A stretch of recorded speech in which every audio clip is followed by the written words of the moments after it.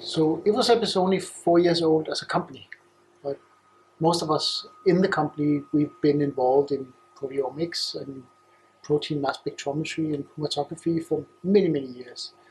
Personally, I started with protein mass spectrometry back in '89, so that's a lot longer back than I care to remember, but we certainly have a very long experience. And that's also the reason why it took us only a year and a half since we started before we could actually introduce the Evosep One to the market at HUPO in 2017. So that's not too long ago. So at the introduction, we had 5 standard methods spanning different analysis times. So that would allow you to analyze anywhere from 30 samples per day up to 300 samples per day.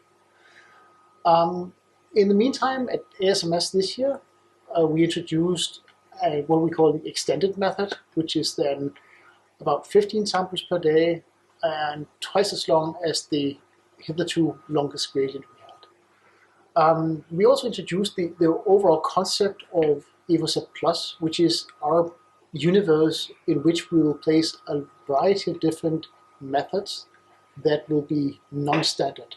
So methods that we make for the Evosep One without changing any hardware at all. It is intended to cover a lot of applications that are not standard proteomics. So the extended method was the first of such examples, but there will be many more. And now we are introducing what we call Whisper. That is our general technology platform that encompasses all the different technology pieces that in combination makes this platform really, really well suited for true nanoflow applications. So back many years ago, when in the mid-90s, when Matthias Wilm and Matthias Mann discovered that the way to optimize sensitivity in electrospray is by minimizing the flow rate. Since then it has been there's been an effort to run your chromatography at the lowest possible flow rate. And for many, many years, we, and myself included, have tried to build chromatography systems that would actually run at like 100 nanoliter per minute, 50, 25, or even lower. And it turned out to be extremely difficult.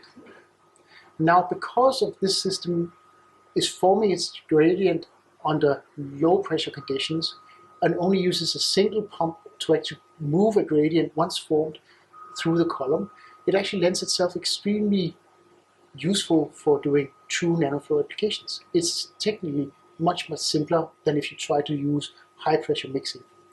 So that is something we never designed for, we never intended for this system to be used for nanoflow, but it actually turns out that it solves a lot of the problems that have burdened nanoflow LC in the past by its very design. So this box, without any hardware changes, will routinely do 25 nanometer minute gradients, 50 or 100, and now we are releasing the first version of 100 nanoliter per minute gradient that can be used for routine applications for a variety of different tasks. Most prominently right now, I guess, would be single cell analysis, where you can already get several thousand proteins deep from one single cell with the right mass spectrometer using the single cell gradient. A large part of the advantage is the actual tip. The fact that you can load a very, very small amount of sample on the tip, and once immobilized, it's extremely stable there. So you can actually have the protein complement from a single cell immobilized on the tip, and it won't get lost. It won't go anywhere until you actually load it into the instrument. So the Evotip by itself is a very big contribution to the fact that single cell proteomics is now made so easy and so routine. So at Evosep, we're all very proud of the new Whisper-enabled technologies and the really truly low-flow nano methods that we're going to launch. Again, the first one is being launched here in December, and there will be many more for very, very high sensitivity analysis. I think personally I'm probably more proud than any, because I've actually lived through this phase in the 90s and 2000s where we all strived to make nanoflow routine, and we just didn't succeed.